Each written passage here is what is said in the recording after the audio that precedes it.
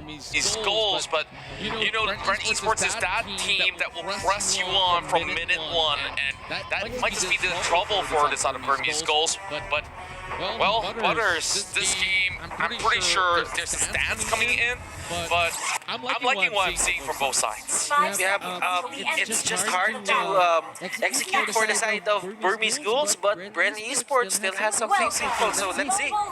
That's right, ladies and gentlemen, we're going in towards game 2. Bren Esports 1-up. Burmese Ghouls still looking for the first point. And casters, please have the floor. Well, thank you, Aaron Contra, my friend. Now, the reason why I'm saying Burmese Ghouls have a more difficult composition naturally is because of what they have in the lineup. But more importantly, we saw previously when they were up against RRQ. RRQ was like, yes, we want a hard-to-play composition. Burmese Ghouls, I like it simple, and I like it effective. They have 2 executes on their side for Burmese Ghouls, and it really makes a lot of sense just because they want to take Flap DZ as fast as possible. Get his HP on that threshold, press that, and just rinse and repeat. Yep, and they want to do it to everyone on Bren Esports side because they're all high damage output heroes, right? Rebo, even Lusty with the only fast, Carl Tiki, of course, the core, and this is currently turning into the most fair metagame of Mobile Legends we've seen in a while, right? Save for those Diggy strats, but right now, Flaptz dueling with D down bottom. Up top, it's going to be the Benedetta versus the Farsa on Rebo and Ruby DD. Yeah, this might be the first engagement here. Again, we're seeing the Mountain Shotgun to get a good idea of how this is going out. Lusty, he sees what's going on top side. He's just going to use his G Kundo to get on out of there. So as you can see, the Burmese Ghouls have control over that top side, but Bren don't necessarily have to react. I mean, look down bot, they are pushing out D. Oh. Now Lusty caught out here. Again, the big rotations by Burmese Ghouls not turning into much. Getting a few hits on this energy shield is Flaptz and Few. Growing their lead by about 400, 500. Very, very small. Not yet noticeable. But right now, after this turtle, 2 minutes in, definitely we're going to see an early lead. You can see right now how serious Burmese Ghouls is into taking this turtle. They know when will it come out, and look at this, they have 4 people in the area already. Knock up here by Cho, maybe gonna be telling them, hey, it's ready, it's ready. The blade put in by Kid, taking some damage is maybe pop the Poissons, Carl TZ, Lusty at less than half health. I think Bren Esports already got what they needed. That's the turtle. Yeah, and I definitely think it was a little bit of a macro mistake coming in for the Burmese Ghouls, where they're making the call, thinking that they were going to get invaded, but instead, Bren Esports take the advantage of this, and you're going for the turtle, because again, look at D, he only just hit his level 4, his wave was already pushed in, they realized, oh, we're at a level disparity, only because they were able to push D out at the 2nd minute of the game. Small decisions like this make a huge difference, and Burmese Ghouls will not take that risk. Well, Lusty is just staying in the brushes. He knows that he needs to find where maybe it's gonna come from, but Carl DZ is just farming well, different from the start of game number 1. Here we go, Wave the Dragon already on top of maybe to get the first pick of the game. First blood goes through, a quick follow-up with the Abyssal Arrow here, and Burmese Ghouls, again, they are just pulling backwards. They're not trying to be too aggressive, and these picks are going to hurt them at the end of the day, considering what their lineup is. Now 3 minutes, 30 seconds in, all heroes on the map have their ults, so now fights are going to get more interesting. Engagements are going to be almost all in, and if not, somebody's going to be counting, hey, this guy spent his ult, we should go for a move now. Like the final blow here by Ruby DD, gets caught in by Few in that bush. Oh, Ruby DD wants more, level 6, here comes the rest of them. Nice arrow to scout out the bush. That's going to be Carl DD charging up this arrow, gets a few hits in, Mount Shotgun from the back, here comes Lusty, way of the Dragon, that's going to be the fatal ace by Maybe, and the fight is happening underneath the turret. That's going to be Ruby DD, the first casualty. That makes Kid the second. That's Rebo getting double. Maybe is next. He come in with the black dragon form, and Carl DZ is in his face. That's going to be Flaptz coming in. No regeneration for you.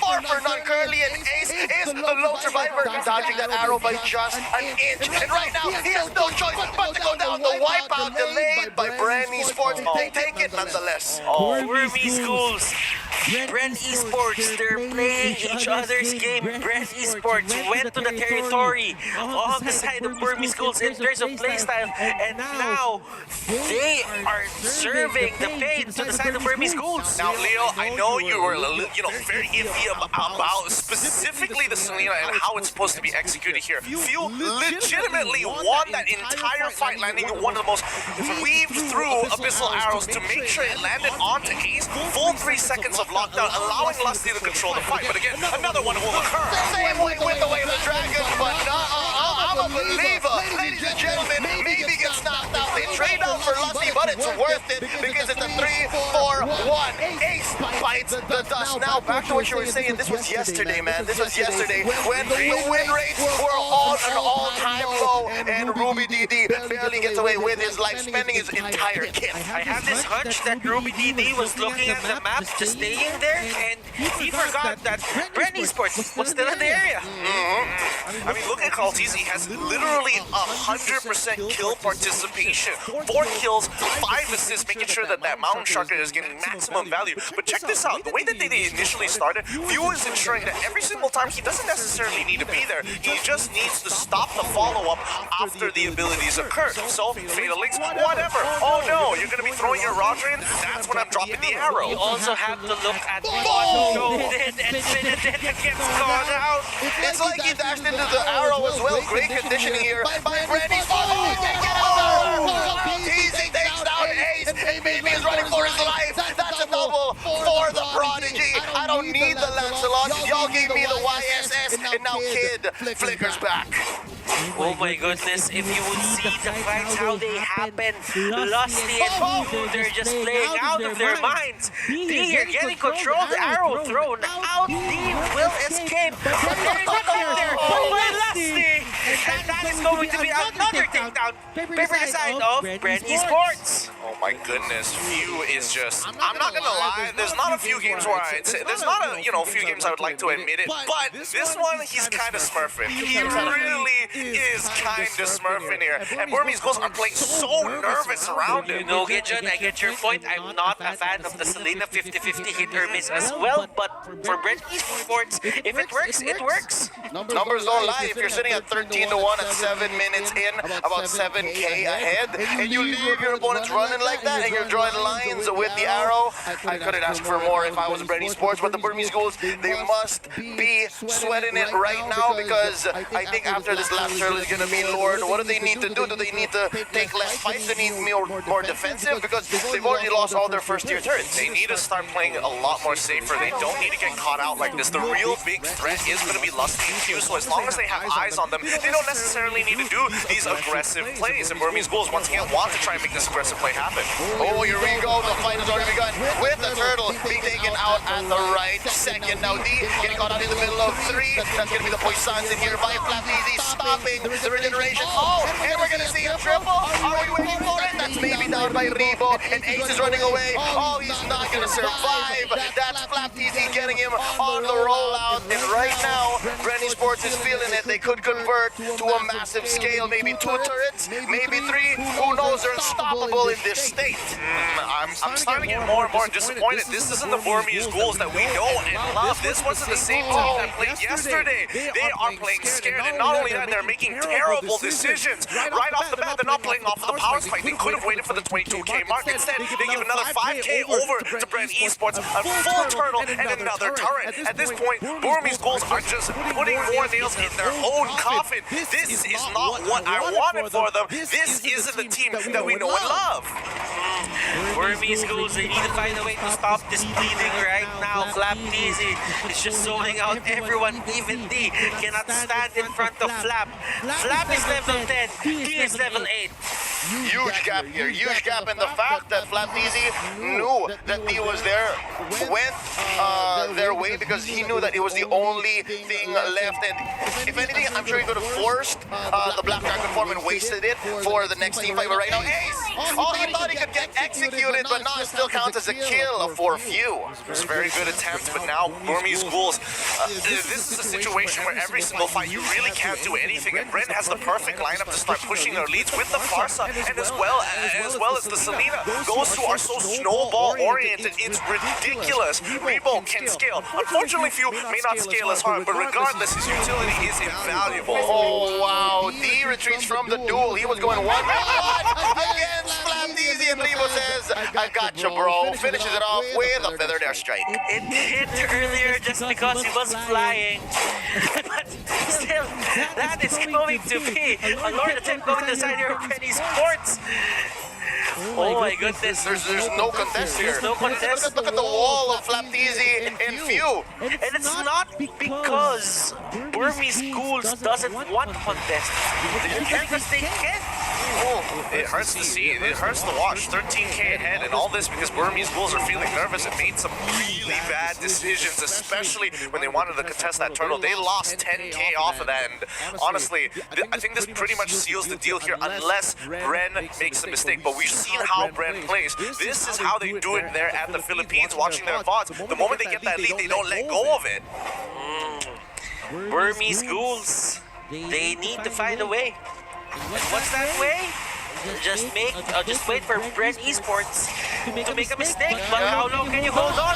Bren Esports gonna force you to answer. Here we go. Feathered airstrike here by Rebo. They know now after 3 fights that have just gone sideways, they know that, hey, let's not force it. I know we're under our base. I know that they're certain. Hold up! Lasty with the Wind Dragon. Ace gets eliminated. That's gonna be a trade though. Kid takes the show down, and now Ruby DD is feeling his life is in danger. And yeah, that's gonna be the push on the mid lane. The inhibitor has been taken down, and they're sieging up top as well. You know, considering the situation, this ain't too bad, but now the Burmese Ghouls, it's an all or nothing push here as D tries to get another pick on the Call TZ. They're trying their best for VDD, goes out, the killing spree, puts Call TZ in perfect position, and now this was their last attempt to try and go for a fight, and Bren is able to stand up tall. They're going to take all the inhibitors and force out the Burmese Ghouls to take one last fight to ensure they put the last nail on the coffin in this game. Oh, 2 defenders now, 3 in comes Ace, but there's no way taking this inhibitor with them. They're not keeping it, that is. I'm wondering if they can finish here. Bren Esports are all here, all 5. Bren Esports, they're gonna try, but there are a lot of buffs onto the side lanes, and they're just gonna go for the all-in. Yeah, Kid taking out here, Call TZ, barely surviving. The shutdown on the Flamdeezy. Oh, Ruby DD feels it. He can shut down Call TZ, and indeed he does. He execute, pops the usage in, shutting him down 9, 1, and 8. Hold up, Rebo, and Lasty, they're not that. Oh, what an alley-oop by Few from down south. It's just the left here to defend, and I don't think he can do it Black Dragon form. He's gonna try. He's going in for Few, and he knows that there's a wave here. Feathered airstrike by Rebo. Feathered airstrike by Rebo. Lasty knocking him off. There's some shine energy, but it's not enough. That's the wipe out. We're waiting for a wave of minions, and here's one defender. Here's Kid. What can Kid do? Flame shot here by Few. He's gonna knock him up in just a matter of time, ladies and gentlemen. Bren Esports takes game number 2. Back-to-back wins scored by Bren Esports of the Philippines, and the Myanmar side could not respond to this call. Like what is mentioned here, they tried to even go in for those sort of objective, but they understand they're a little bit too far behind after a couple of these fights. And considering how things are going for the side of Burmese Ghouls, they need to go back to the drawing board. It seems to me that they forgot how they beat Bren Esports in the first place. Now, if they expected Bren Esports to just come here and play the same game as they did on their first meeting on the upper bracket, they're gravely mistaken. They should find a way to stop them at this point. Personally, the way I look at it, the draft absolutely fine. I mean, Burmese Ghouls should have been able to win on this draft. It really came down to a couple of macro decision makings that really hurt them at the end of the day. And Bren, they saw these mistakes. They're playing nervous, so let's keep on pushing through. And right now, Burmese Ghouls, I don't know whether the nerves are getting to them, because this is absolutely not what we saw in the group stages, in the entire upper brackets. Where was that confidence? Why are they shaking now? It's really tough to tell what's the reason behind this, and this is the very first time in any major event that you are seeing Burmese Ghouls in the Grand Finals itself. MPLI, we saw Bren Esports pretty much getting their hands pretty close by, but hey, it was Alter Ego that snatched it away. So this is a wealth of experience in terms of an offline setting, or you can say a Grand Final setting. I think at this point, Alter Ego is out of discussion. That's right. These two teams, these titans of nations that are now on top of the Mobile Legends Bang Bang world, right? This is Myanmar versus the Philippines. Indonesia had their time in the sun, but yeah, right now I think we're going to need the help of our analysts to break it down. That's right, players got to get comfortable, so do we. We're going to pass it over to LaFell as well as Wolf to just talk about this. Commanding victory once again from Bren Esports, getting the 2-0 start here at the Grand Finals. My name is Wolf and I'm with the Bell. Going to be analyzing that game number 2, which was kind of interesting because this really looked like it's not Burmese Ghouls. That's at least what I saw from that match. But how about you, LaFell? What do you think? I agree. And in this situation, sure, people can just say, all right, maybe the dig and pick is that big for Burmese Ghouls. But right now, I'm going to look behind the camera, you know, in a situation in the player's head. This is the Grand Finals. It is a best of 7. The nerves could be going to them because the thing is, perhaps their shot caller is being pressured a little bit too much, where it's being pressured a little bit too much. I'm so sorry. But either way, this is what I'm trying to say. Right now, we can see that Burmese Ghouls, they're not being as aggressive as they should be. They're not going for those crazy early games. They're not going for those crazy mid games. But to be fair, Bren Esports, even I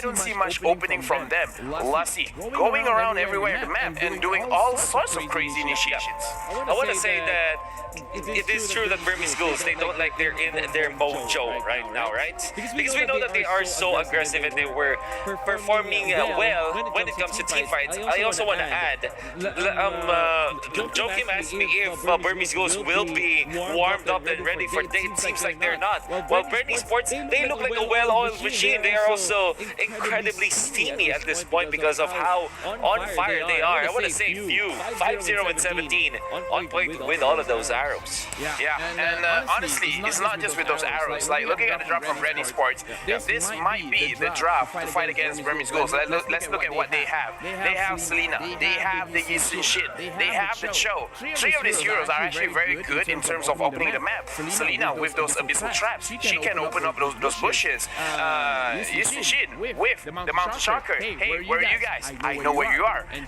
Cho, when Lust is using it, he is pretty brave going into those bushes and like, alright, are they here? No, they're not. Let me check the next one. And again, Farsa as well with the Feather S-Strike. Even just to be safe, just open the Feather S-Strike and then just hit every single bush. In this kind of situation, Burmese Ghouls, they are not playing their game just because they are very preventive, because Bren Esports, their draft, the map is always open for them. And you know, for Bren Esports, the clashes are always opened up by the playmakers of Bren Esports. And if you think about it, every single hero just synchronizes with each other. I love the fact that whatever kind of combination you make for Bren Esports when it comes to their killing squads, it will net to kills. For example, let's pick up Selena, Yisun Shin, and Baxia. There's kill potential in there. If you just pick up Farsa and Selena, there's also a kill potential there. Cho, in combination with Kaltizi, also a lot of kill potentials. You know what? Kaltizi scored 9, 1, and 8 with this Yisun Shin, and he also dealt so much damage into turrets, 10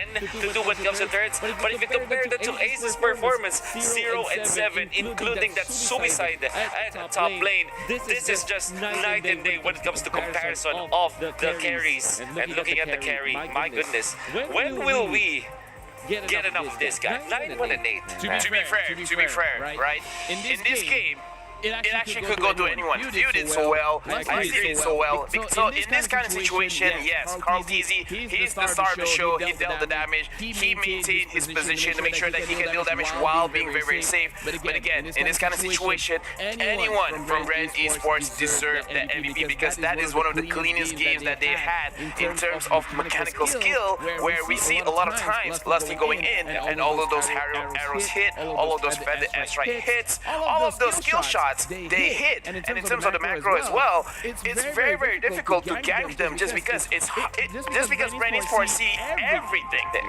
Man, this is a game that I will actually give to Few. if I'm asked who is my personal MVP of that particular match, I'm gonna give it to Phil just because of how masterful he is. You do take note, in the Philippines, his Selena is known as the Championship Selena. Lore-wise, there's this big story wherein the MPL Season 2 Championship was snagged by Fuse team, which was Sigma Ultra back then, and they won against Revo's team, which was Bren Esports back then, with the Championship Selena. And that is one of the legendary heroes that everybody knows in the Philippines. Yeah, and honestly, we are getting ready for a break right now. The players are getting ready. The casters do want to rest as well. And the thing is, coming back later, I do want to see the drop, because right now, Bren Esports, they always get the drop that they want, while I would say Burmese Ghouls, they're not really getting what they want. Like, they look very, I would say, uncomfortable. Yeah, man, my goodness. Bren Esports are catching fire, but we know that Burmese Ghouls will not go down without putting up a fight. We're going to be heading into a very short break, so do not go away, because M2 World Championship will be back.